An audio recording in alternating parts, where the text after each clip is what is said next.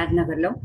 शुक्लांबरं धरं विष्णु शशिवर्णं चतुर्भुजं प्रसन्नवदनं ध्यायेत् सर्वविघ्नोपशान्तयेत्। सरस्वती नमस्तुभ्यं वरदे कामरूपिणि विद्यारंभं करिष्यामि सिद्धिर्भवतु मे सदा। गुरुर्ब्रह्मा गुरुर्विष्णु गुरुर्देवो महेश्वरा गुरुर्साक्षात् परब्रह्म तस्मै श्री गुरवे नमः। ईश्वरो गुरुरात्मेति मूर्तिभेद विभागिने व्योमवद्व्याप्त देहाय दक्षिणामूर्तये नमः। माने आमंत्रण आपी दઈએ। अरुणां करुणातरंगिताक्षी धृतपाशाङ्कुशपुष्पबाणचापा अणिमादिभिरावृतां मयूखैः अहमित्येव विभावये भवानी।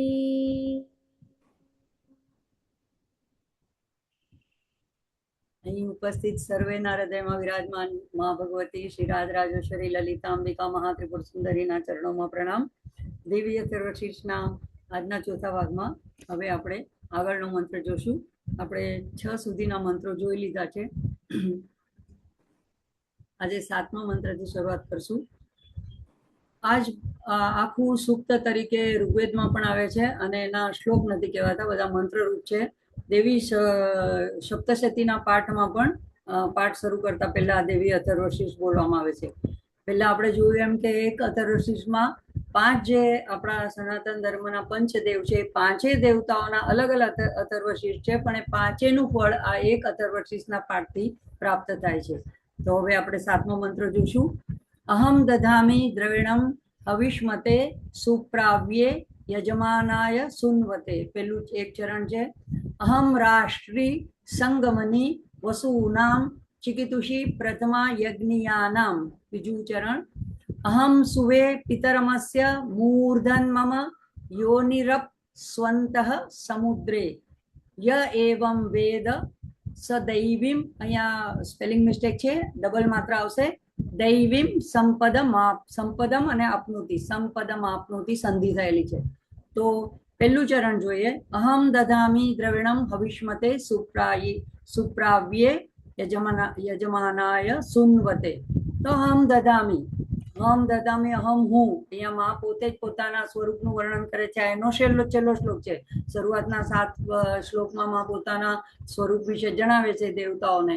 તો હવે માં કહે છે કે અહમ દધામી, હું આપું છું। દ્રવિણમમાં બધું આવી ગયું, ધન અને યજ્ઞ કરવા માટેનું દ્રવ્ય અને સંપત્તિ, એવો પણ અર્થ થાય છે। તો યજ્ઞો દેવતાઓ દ્વારા અને મનુષ્ય દ્વારા કરવામાં આવે છે। એના માટે જે કાંઈ દ્રવ્યની જરૂર પડે, જે કાંઈ આહુતિમાં નાખવાના હવિષ્યની જરૂર પડે, તો હવિષ્મતે, તો યજ્ઞમાં અર્પણ કરવા યોગ્ય હવિ એટલે ઘી દ્વારા આપણે આહુતિ આપીએ છીએ, તલ દ્વારા, અનાજ દ્વારા આપીએ છીએ। તો એ અનાજ, દૂધ વગેરે બધું પણ હું જ આપું છું। મતલબ કે દરેક વસ્તુમાં મારી શક્તિ રહેલી છે, મારો જ વાસ રહ્યો છે।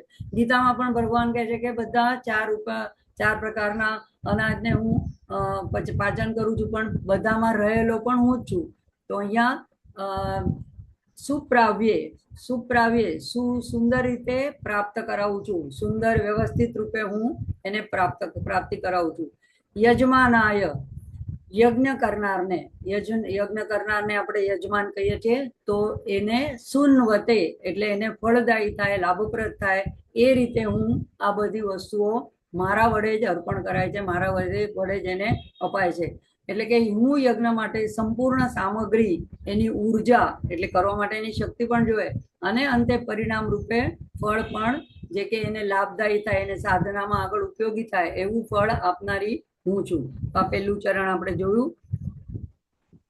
બીજું, અહમ રાષ્ટ્રી સંગમની વસૂનામ ચિકિતુષી પ્રથમા યજ્ઞિયાનામ। અહમ રાષ્ટ્રી, હું રાષ્ટ્રી, રાષ્ટ્રી એટલે સમસ્ત રાષ્ટ્ર। હવે આપણે ફક્ત અહીંયા નાનકડા આપણા ભારત વર્ષને રાષ્ટ્ર ગણીએ છીએ, પણ માના અર્થમાં રાષ્ટ્ર એટલે સંપૂર્ણ બ્રહ્માંડની વ્યવસ્થા, સમગ્ર સૃષ્ટિ। તો સમસ્ત સૃષ્ટિની વ્યવસ્થાની રાષ્ટ્રીની હું અધિષ્ઠાત્રી શક્તિ છું। સંગમની એટલે સર્વને એકત્રિત જોડી રાખનાર, એટલે કે એક સંગઠિત કરનાર, એવી હું એક શક્તિ છું. એટલે બધા છૂટા છૂટા જે કાંઈ તત્વો છે એટલા ઘટકો છે મારી સૃષ્ટિના, કારણ કે સૃષ્ટિનું જે ચક્ર ચાલે છે આપણે જોયું કે એક વસ્તુ બીજી વસ્તુ પર આધારિત છે. તો એ જે આખું ભગવાને ગીતામાં પણ કર્યું છે કે પર્જન્યામ અન્ન સંભવ અન્નાદભવતી ભૂતાની, એમ એક આખું જે ચક્ર ચાલે છે એ આખા ચક્રને બધા ઘટકોને સંગઠિત કરનાર, જોડી રાખનાર, એકત્રિત કરનાર હું જ છું. વસુ નામ, વસુ કોને કહેવાય છે? તો ધન, ઐશ્વર્ય, જીવન શક્તિ એ બધું પણ આપનારી હું જ છું. ચિકિતુષી એટલે કે ચેતના આપનાર, એટલે કે ચેતના એટલે જાણનાર, જ્ઞાન, બુદ્ધિ પ્રદાતા. અને પ્રથમા યજ્ઞાનામ એટલે યજ્ઞ કરનારાઓમાં હું પ્રથમ પૂજનીય છું, સર્વોપરી પ્રથમ પૂજ્યા છે. તો આ પોતે જ ડિક્લેર કરે છે કે હું પ્રથમ પૂજનીય યજ્ઞાનામ પ્રથમા છું. હવે ત્રીજું ચરણ છે અહમ સુવે પિતરમસ્ય મૂર્ધન મમ યોનિરપ સ્વંતઃ સમુદ્રે. તો એમાં અપસુ અંતઃ સમુદ્રે આ રીતે સંધિ કરે છે. અહમ સુવે, સુમે અહીંયા પણ ઉત્પન્ન કરું છું. પિતરસ્ય, પિતરસ્ય જગતના પિતા બ્રહ્માને. મૂર્ધન, મૂર્ધન એટલે સૌથી મૂર્ધ આપણે કહીએ છીએ, એટલે સર્વોચ્ચ સ્થાને, શિખર પર. મમ યોની મારું મૂળ ઉત્પત્તિ સ્થાન એ ક્યાં છે? તો અપસુ એટલે જળમાં.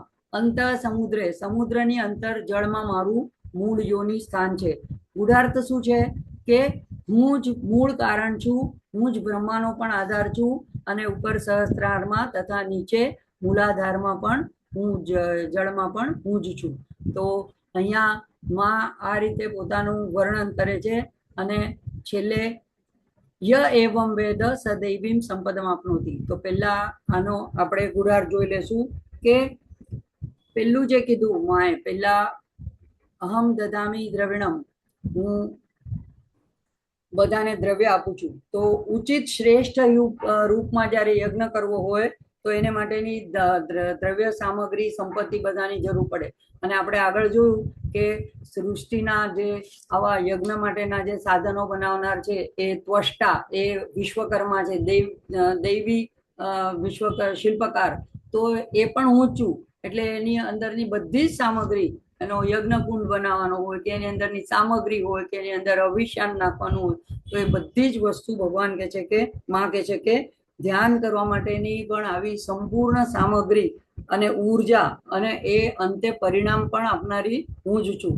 તો જેમાં સાધકનું જીવન અને એની સાધના સફળ થાય. હવે એના પછી જ્યારે કીધું કે રાષ્ટ્રીય સંગમની, તો પહેલું ચરણ કીધું. બીજામાં કીધું કે આ બધું રાષ્ટ્રીય, અહીં સમસ્ત સૃષ્ટિ જગતની અધિષ્ઠાત્રી છું એ ફરીથી માં પોતે ઘોષિત કરે છે અને કહે છે કે બધાને વસુઓને એટલે બધા ધન, શક્તિ, દેવતાઓને બધી આપણે જાણીએ છીએ કે દરેકે દરેક આપણી ઇન્દ્રિયોના પણ એક એક દેવતા છે. બ્રહ્માંડમાં જેટલી પણ વસ્તુઓ છે, સૂર્ય, ચંદ્ર, ગ્રહ, નક્ષત્ર, તારા, તો પંચમહાભૂત, તો દરેક વસ્તુની પાછળ એક એક શક્તિ છે, એક એક દેવતાઓ રૂપે આપણે એને પૂજીએ છીએ. તો એ બધા દેવતાઓને પણ સંગઠિત અને એકત્રિત કરનાર હું જ છું. અને જે ઉપાસકો છે એમાં હું પ્રથમ પૂજનીય છું. હવે અહીંયા રાષ્ટ્રીયનો ગુઢાર શું થાય છે? તો માં કહે છે કે સંપૂર્ણ બ્રહ્માંડની વ્યવસ્થાનો અહીંયા સંકેત આપે છે કે વ્યવસ્થા કરનારી હું છું, એની નિયામક શક્તિ હું છું. પછી સંગમની દ્વારા કહે છે માં કે એને બધાને એકત્રિત કરનારી હું છું. આગળ વધ્યું, એકત્રિત કરનારી હું છું. અને વસુ નામ, તો સંપત્તિ આપનારી પંચમહાભૂત જે છે, 8 વસુઓ જે છે, એટલે કે બધા 8 દિશાઓના દેવતાઓ છે. પછી બધી ઇન્દ્રિયોના અને બધાના પ્રાણ, બધાની પણ ચેતના જે છે એ પણ દેવી કહે છે કે હું જ છું. એટલે બધાની જીવન શક્તિ, બધાને ઐશ્વર્ય આપનારી એ હું જ છું. અને ચિકિતુષી દ્વારા જ્ઞાનનું પાસું દર્શાવે છે. તો આત્મજ્ઞાન દેનારી મહાવિદ્યા, બ્રહ્મવિદ્યા એ પણ હું જ છું. તો જ્યારે આવું યજ્ઞનું અનુષ્ઠાન કરે છે તો અંતે તો જ્ઞાન સંપાદન કરવા માટે ઋષિઓ માનું આહવાન કરતા હોય છે. તો યજ્ઞફળ અને છેલ્લે પ્રથમા યજ્ઞ નામ, તો કોઈ પણ સાધના, યજ્ઞ, ઉપાસનાનું મૂળ આધાર શક્તિ છું. અને શક્તિ વિના તો શિવ પણ શવ છે. તો અહીંયા માંગે છે કે એનું ફળ આપનાર પણ હું જ છું. હવે આના પછીનો જે છે એનો ગુણાર્થ એવો થાય છે કે પેલા કીધું કે હું બ્રહ્મા છું, અને અહીંયા કીધું કે હું જગતના પિતા બ્રહ્માને હું ઉત્પન્ન કરનાર પણ હું છું અને બ્રહ્મા પણ હું છું. તો બંને રીતે કે છે એટલે અદ્વૈત બતાડે છે અહીંયા. અને એમ અહીંયા કહે છે કે હું એને ઉત્પન્ન કરનાર છું, જગતના પિતા બ્રહ્માને. અને આગળના મંત્રોમાં કીધું કે હું બ્રહ્મા વિરાટ ત્રિવિક્રમ કરનાર વિષ્ણુ પણ હું છું, એને શક્તિ આપનાર પણ હું છું. તો એ રીતે અહીંયા મૂળ પ્રકૃતિની જે અવ્યક્ત અવસ્થા છે એને સમુદ્ર રૂપે દર્શાવવામાં આવી છે. તો આપણે જો ગુઢાર્થના રૂપમાં જોઈએ તો સમુદ્ર એ છે બ્રહ્માનંદનો અનંત સાગર. અને એ અહીંયા આપણા શ્રી વિદ્યાની દ્રષ્ટિએ જોઈએ અથવા તો પિંડની દ્રષ્ટિએ જોઈએ તો માં કહે છે કે સહસ્ત્રારમાં પરમ બિંદુ જે શિખર મૂર્ધન એ પરમ બિંદુ હું છું. અને સમુદ્ર એટલે મૂલાધારમાં હું કુંડલીનું કારણરૂપ. જેમ કે આપણે કહીએ છીએ કે વિષ્ણુ જે છે ક્ષીરસાગરમાં શેષ શૈયા ઉપર આરામ કરી રહ્યા છે, તો સમુદ્ર એનું સંકેત બતાડે છે. અને અહીંયા શરીરમાં મૂલાધાર નીચેનું ચક્ર બતાડે છે. તો અને યોની જે છે એ શ્રી ચક્રનું ત્રિકોણ છે કે જ્યાંથી એકમાંથી 3 ઈચ્છા શક્તિ, જ્ઞાન શક્તિ, ક્રિયા શક્તિ એ રીતે શક્તિ 3માં પરિવર્તિત થાય છે.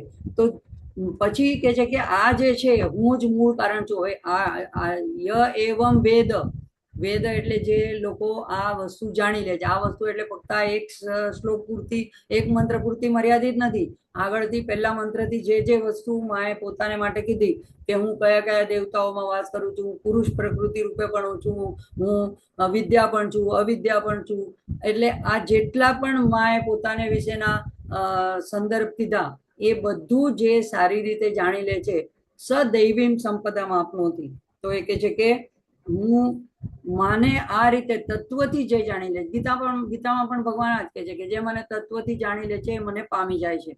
તો તત્વથી જાણી લેવું એટલે ફક્ત શાબ્દિક રીતે નહીં, ફક્ત બૌદ્ધિક રીતે નહીં, પણ અનુભવની દ્રષ્ટિએ. એટલે દરેક વસ્તુમાં સચરાચરમાં આપણે જ્યાં પણ નજર કરીએ ત્યાં જો આપણને માનું જ સ્વરૂપ દેખાય અને બધાની સાથે આપણે જો એ રીતે જ અનુસંધાન કરી શકીએ કે પ્રકૃતિમાં તો દરેક પ્રકૃતિની વસ્તુને જોઈએ, દિવસે સૂર્યને જોઈએ, રાત્રે ચંદ્રને જોઈએ, જે પણ વસ્તુ આપણી નજરમાં આવે, પુરુષ અને પ્રકૃતિ, આપણો પોતાનો જીવાત્મા, આપણે આજુબાજુના પ્રાણીઓને જોઈએ, તો એમાં જો આપણને માનું અનુસંધાન થાય તો આ રીતે આપણે માને તત્વથી જાણવાનો પ્રયત્ન કર્યો કહેવાય. જાણી લીધા એમ તો ન કહી શકાય, પ્રયત્ન કર્યો કહેવાય. તો એ રીતે માં કહે છે કે આટલા મેં તમને, જેમ ભગવાને ગીતામાં પોતાના વિભૂતિ યોગમાં પોતાની અર્જુને પૂછ્યું કે હું તમને કયા કયા ભાવે હું તમારું ચિંતન કરું, તમે તો કે જો બધામાં છો, પણ હું તો એવા નિર્ગુણ નિરાકાર બ્રહ્મને જાણતો નથી, તો હું કેવી રીતે તમારી આરાધના કરું, પ્રાર્થના કરું કે તમારું ધ્યાન કરું. ત્યારે ભગવાન બધા પહાડોમાં હું હિમાલય છું, બધી નદીમાં હું ગંગા છું, બધા વૃક્ષોમાં અશ્વત્થ છું. આ રીતે ભગવાન જેમાં જે શ્રેષ્ઠ છે એમાં પોતાની વિભૂતિ બતાડે છે. પણ છેલ્લે શું કહે છે, હવે વધારે કહેવાથી શું ફાયદો, બધામાં જ છું. તો એવી જ રીતે અહીંયા માં એક ટૂંકમાં 7 શ્લોકમાં પોતાનું સ્વરૂપ દેવતાઓને જણાવે છે અને દેવતાઓ સમજી જાય છે માના સ્વરૂપને. અને પછી એ માં છેલ્લે એમ કહે છે કે જે આ જાણી જાય છે તે દૈવીમ સંપત્તિમાં આપનોતી. દૈવી સંપત્તિમાં સૌથી પહેલું તો અભય આવે છે, જે ગીતાના 16મા અધ્યાયમાં આવે છે. તો અભય એટલે શું કે કોઈ પણ વસ્તુથી ભય જ નહીં. આપણને મોટામાં મોટો ભય તો એ જ છે કે જન્મ મૃત્યુનો ભય, ફરીથી આ ચક્રમાં આવવાનો ભય, આપણું મૃત્યુ થશે અથવા આપણા સ્વજનોનું મૃત્યુ થશે, આપણે કોઈનાથી વિખૂટા પડવાનું છે કે આપણી વસ્તુઓ ચોરાઈ જાય છે, નાના ભય છે. પણ છેલ્લે આપણને જન્મ મૃત્યુના ચક્કરનો ભવરોગ જે છે એ સૌથી મોટો ભય છે.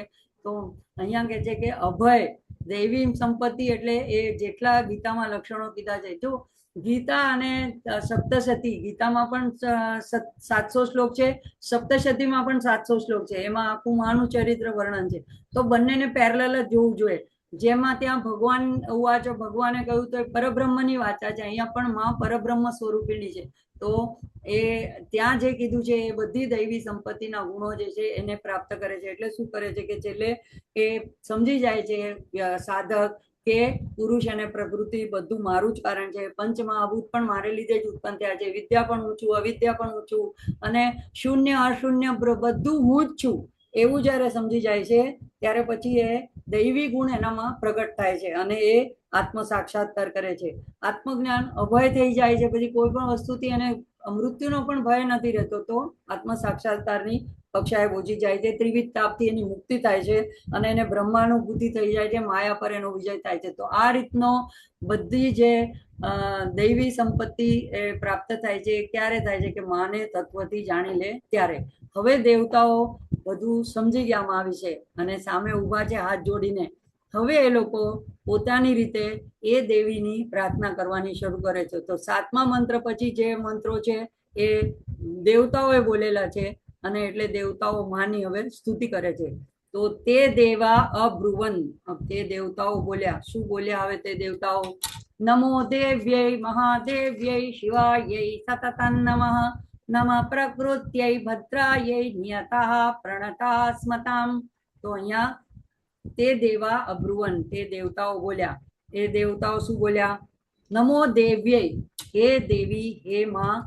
અહીંયા દેવી કે છે એટલે એક મહાશક્તિની વાત છે, કોઈ એક સામાન્ય દેવી દેવતાની દેવીની વાત નથી. જ્યારે દેવી કે છે, શંકર ભગવાન પણ જેટલા પોતાના એમના તંત્રમાં પાર્વતી માં સાથેના સંવાદ છે તો એમાં પણ દેવી કરીને જ માને સંબોધે છે.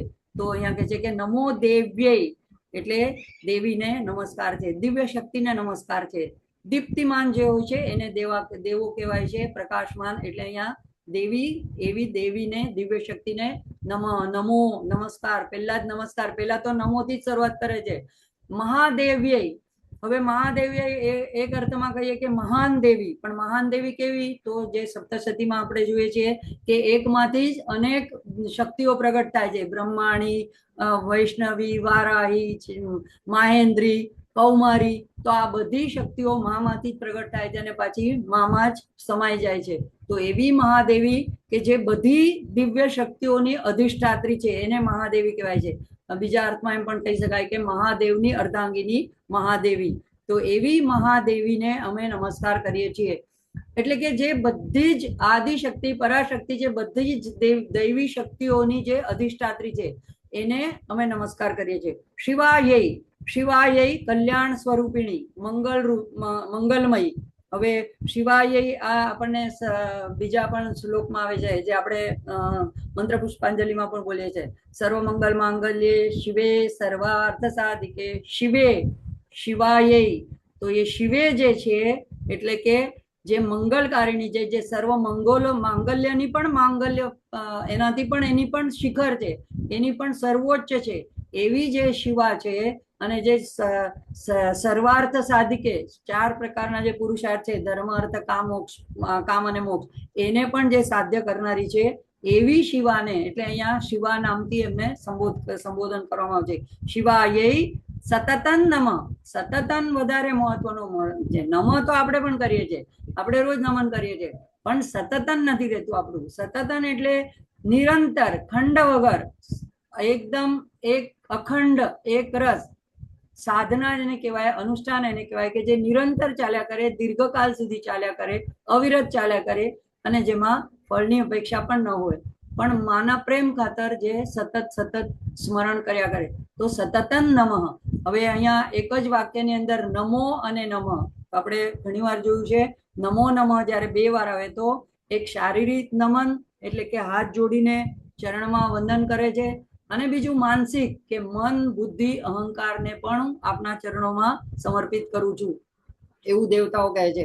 પછી ન મમ, એ રીતે એની સંધિ છૂટી પાડીએ તો મારું નથી, એટલે કે અહમનું વિગલન કરી રહ્યા છે અહીંયા દેવતાઓ. પહેલા એ લોકો અભિમાન થઈ ગયા હતા, પોતાની શક્તિથી અસુરો પર વિજય પ્રાપ્ત કર્યો એવું એ લોકોને લાગતું હતું. હવે જ્યારે એ લોકો પોતાના ભાનમાં આવ્યા ત્યારે દેવીને કહે છે કે નમો નમઃ, અમે તમારા ચરણમાં અમારા અહંકારને સમર્પિત કરીએ છીએ, અમે સંપૂર્ણ રીતે તમને સમર્પિત થઈએ છીએ. નમઃ પ્રકૃત્યય, હવે પ્રકૃતિ આગળ માએ પોતાને કીધું કે હું અહમ પુરુષમ પ્રકૃતિ ચ, તો હું પુરુષ અને પ્રકૃતિ બંને છું. તો અહીંયા એની જ ફરીથી અહીંયા પુષ્ટિ કરે છે, દેવતાઓને કહે છે કે નમ પ્રકૃતિ, આદિ પ્રકૃતિ, આદિ પરા પ્રકૃતિ, મૂળ પ્રકૃતિ છે, એને અમે નમન કરીએ છીએ. ભદ્રાય, ભદ્ર એટલે મંગલકારી. આપણે શાંતિ શ્લોકમાં જોયું હતું કે ભદ્રમ કર્ણેભિ શૃણુયામ, તો ભદ્રમ કલ્યાણકારી, જે મંગળકારી, શુભકારી. તો એવી જે ભદ્રા છે, એવી ભદ્રાને નિયતાહા એટલે નિયમપૂર્વક.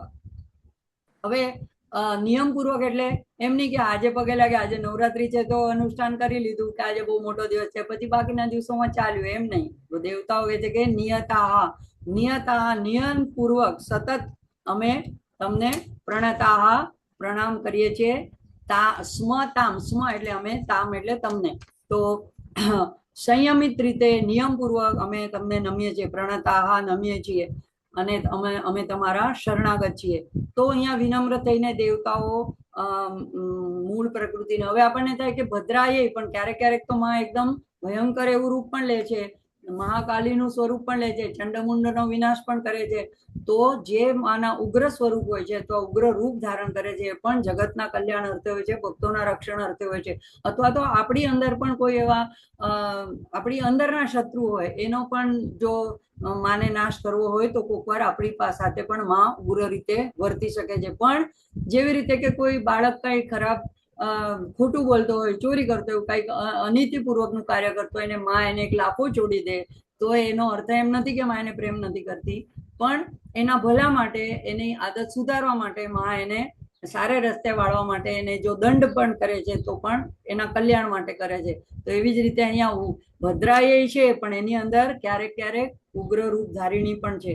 તો ક્યારેક નિયતા પ્રણતા સ્મતમમાં ખાસ વસ્તુ એવી છે કે મને આજે ભીડ પડી એટલે હું માને ભજું છું, એવું ક્યારેક ક્યારેક ભજું છું, ક્યારેક ક્યારેક નથી ભજતી, એવું નથી કહેતા. દેવતાઓ કહે છે કે અમે નિયમપૂર્વક, અનુશાસન પૂર્વક અમે આપને સ્મરણ કરીએ, સમર્પણ કરીએ છીએ. તો માએ જે પેલા કીધું હતું એ હવે એ લોકો સમજી ગયા, અને કીધું કે બધી પુરુષ અને પ્રકૃતિ બધીને અધિષ્ઠાત્રી આપ છો, અમે તમને પ્રણામ કરીએ છીએ. હવે આ જ શ્લોક સપ્તશતીમાં 5મા અધ્યાયમાં જયારે દેવી સૂક્તમ શરૂ થાય છે, નમસ્તસ્ય નમસ્તસ્ય નમસ્તસ્ય નમો નમઃ. હવે એમાં પણ આપણે ભૂલ કરીએ છીએ કે એમાં 3 શ્લોકમાં નંબર આપી દે છે કે 16, 17, 18, અને નમસ્તસ્ય એમ કરીને એક રાઉન્ડ કરી દીધેલું હોય છે. તો ખરેખર જયારે આપણે ઉચ્ચારણ કરીએ ત્યારે આખો મંત્ર એક સાથે બોલવો જોઈએ. નમસ્તસ્ય નમો નમઃ, નમસ્તસ્ય નમો નમઃ, નમસ્તસ્ય નમો નમઃ. આમ બોલીએ ત્યારે એ પૂર્ણ થાય છે, એવું મને એક જાણકાર વિદ્વાન વ્યક્તિ પાસેથી જાણવા મળ્યું. આપણે શું કરીએ છીએ જલ્દી, જે રીતે ચોપડીમાં લખેલું નમસ્તસ્ય નમસ્તસ્ય નમસ્તસ્ય નમો નમઃ, અને યુટ્યુબમાં કે કોઈ ગાયેલું હોય છે પણ એમ જ ગાયેલું હોય છે, પણ એમાં એ અધૂરું છે. એ 3 વાર રિપીટ ન કરવું, એટલે લખેલી લિપિમાં એને શોર્ટમાં લખ્યું હોય છે, પણ આપણે નમસ્તસ્ય નમો નમઃ 3 વાર બોલવું જોઈએ. તો એ દેવી સૂક્તમાં 9મો મંત્ર છે. અહીંયા એ જ મંત્ર દેવી અથર્વશીર્ષમાં 8મા ક્રમે છે. હવે એનાથી આગળ આપણે જશું. એના પછીના 9મા મંત્રમાં શું કહે છે? તામ અગ્નિવર્ણામ તપસા જ્વલંતીમ વૈરોચનીમ કર્મફલેષુ દુષ્ટામ દુર્ગામ દેવીમ શરણમ પ્રપદ્યામહે અસુરાન્નાશયિત્ર્યૈ તે નમઃ. અવગ્રહ અસુરાન્નાશયિત્રે, આપણે રોકાઈને બોલે તો આપણે અવગ્રહ છોડીને અસુરાન્નાશયિત્ર્યૈ તે નમઃ બોલી શકીએ છીએ. તો હવે અહીંયા એક એકનું ડિટેલમાં એનો શાબ્દિક અર્થ જોઈએ. તામ એ દેવીને અમે પ્રણામ કરીએ છીએ, વંદન કરીએ છીએ. કેવી છે દેવી? અગ્નિવર્ણા, અગ્નિ સમાન તેજસ્વી, તપસા જ્વલંતીમ, તપથી પ્રજ્વલિત, આત્મતેજથી પ્રકાશિત એવી, એકદમ દીપ્તિમાન, આભાવાન એવી દેવી છે. હવે એ લોકોએ તો સામે દેવીને જોઈ છે, એટલે એ લોકો આ બધા વિશેષણો મા માટે પ્રયોજી રહ્યા છે. વૈરોચનીમ, વૈરોચન એક સૂર્યની એક પ્રકારની શક્તિને કહેવામાં આવે છે. તો સૂર્યવત, અને વૈરોચનીમ એટલે જે ચારે તરફ પ્રકાશ ફેલાવે છે, પ્રકાશિત કરે છે ચારે દિશાઓને. તો એવી સૂર્યવત ચારે તરફ દીપ્તિથી પ્રકાશિત એવી જે છે દેવી. કર્મફલેષુ દુષ્ટામ, કર્મફળોના જુષ્ટામ એટલે વિધાન કરનાર. કર્મ તો આપણે કરીએ પણ એનું કયું ફળ આપવું, કેટલું આપવું, ક્યારે આપવું, એ બધું જે વિધાન કરે છે એ દેવી છે. આદિશક્તિ, મૂળ શક્તિ, પરાશક્તિ છે. દુર્ગામ, દુર્ગ એટલે જે દુર્ગમતાથી, કઠિનાઈથી પાર કરી શકાય એવો માર્ગ. અને સંકટને પણ દુર્ગ કહેવાય. તો સંકટથી, દુર્ગોથી, અને સૌથી મોટું સંકટ આપણે જોયું એમ જન્મ મરણનું ચક્ર, એનાથી પાર કરાવનાર એ દુર્ગા. દુર્ગા દુર્ગતિ નૌકા એમ કરીને શંકરાચાર્ય સ્તુતિમાં પણ આવે છે કે તું એક અમને ભવસાગરમાંથી પાર કરાવનારી આ દુર્ગા રૂપી નૌકા છો. તો દુર્ગા એ દુર્ગા દેવી એક માનું બહુ અત્યંત સુંદર એવું અને અત્યંત ગુઢાર્થ ભરેલું નામ છે કે દુર્ગા બત્તીસીમાં પણ માના દુર્ગા નામના 32 પ્રકારના અર્થ દુર્ગા બત્તીસીમાં બતાવવામાં આવેલા છે. તો એનો પણ નવરાત્રીમાં જપ કરવામાં આવે છે.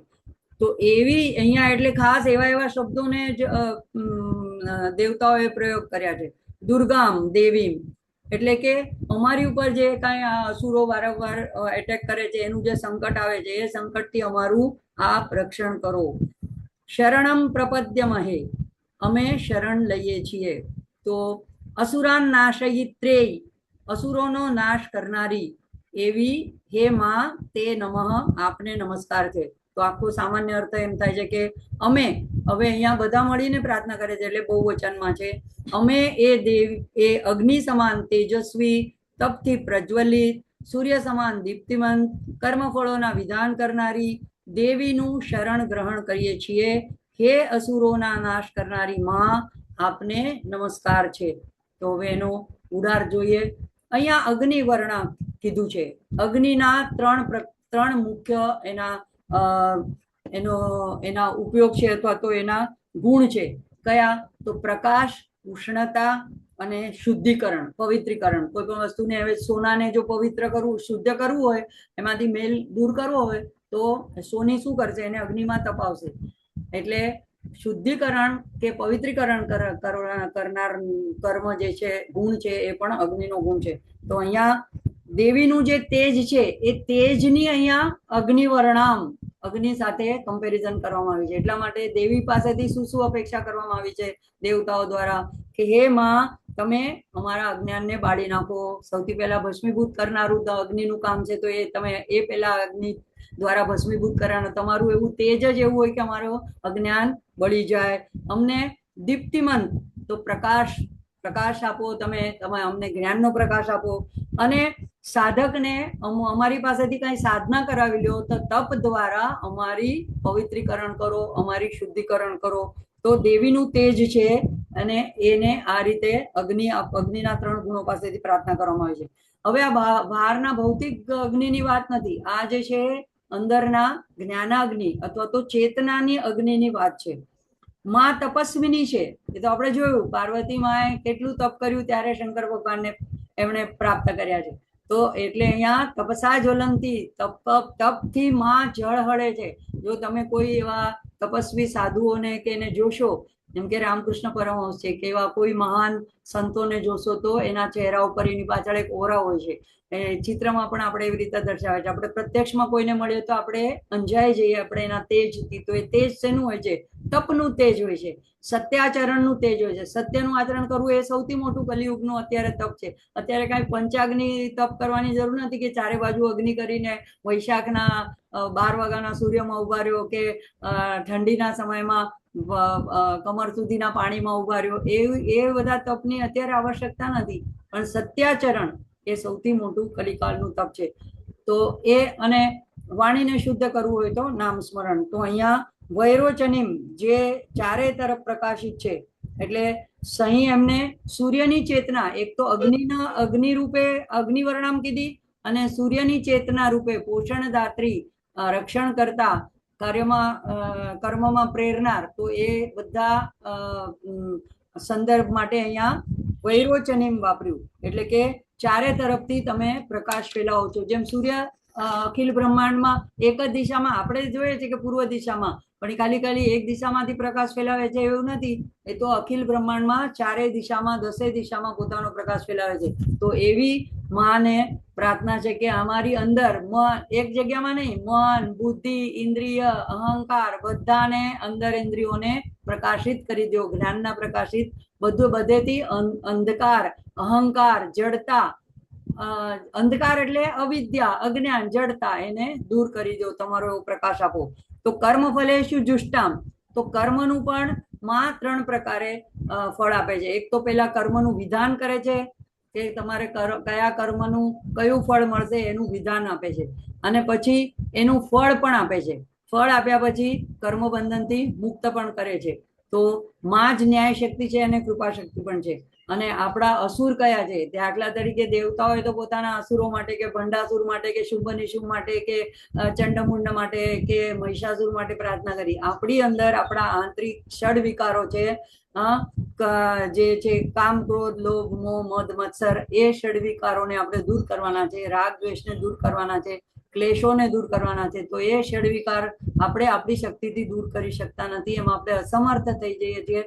વારે વારે માયાનું આવરણ આપણી પર આવી જાય છે. તો માના અનુગ્રહથી આ થઈ શકે છે. એટલે દેવતાઓએ ભલે પોતાને માટે પ્રાર્થના કરી, આપણે માટે આ પ્રાર્થના કરવાની છે કે અમારી અંદરના અસુરોનો નાશ કરનારી હે દેવી, અમે તમને વારંવાર નમસ્કાર કરીએ છીએ. હવે અહીંયા 2 વસ્તુ છે, એક તો શરણમ અને પ્રપદ્ય.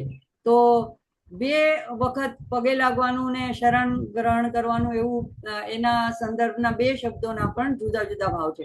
શરણમ એટલે શું? તો મને બચાવો, મારું રક્ષણ કરો. તો એમાં હજી અહમ છે, મને બચાવો, મારી રક્ષા કરો. એટલે અહીંયા અહમ બાકી રહે છે. ફક્ત જ્યારે સંકટ પડે ત્યારે જ માણસ શરણ લેવા માટે, આશ્રય લેવા માટે ભગવાનને પોકારે આર્તતાથી, તો એને કહેવાય શરણ. પણ અહીંયા શરણની સાથે પ્રપદ્ય, પ્રપદ એટલે વિશિષ્ટ રૂપે, પદ એટલે ગતિ. તો તમારા તરફ અમારી ગતિ થાય, એટલે કે હું તમને સંપૂર્ણ રીતે તમારામાં સમર્પિત થઈ જાઉં. તો અહીંયા હું તમારો છું એવો ભાવ. એટલે અહીંયા અહંકારનું પૂરેપૂરું સમર્પિત થઈ જવું, વિગલન થઈ જવું. તો એટલા માટે બંને શબ્દો વાપર્યા છે. શરણમ, હું શરણ લઉં છું એટલું પણ કહી શકાય. ગીતામાં પણ શાધિમામ ત્વામ મામ,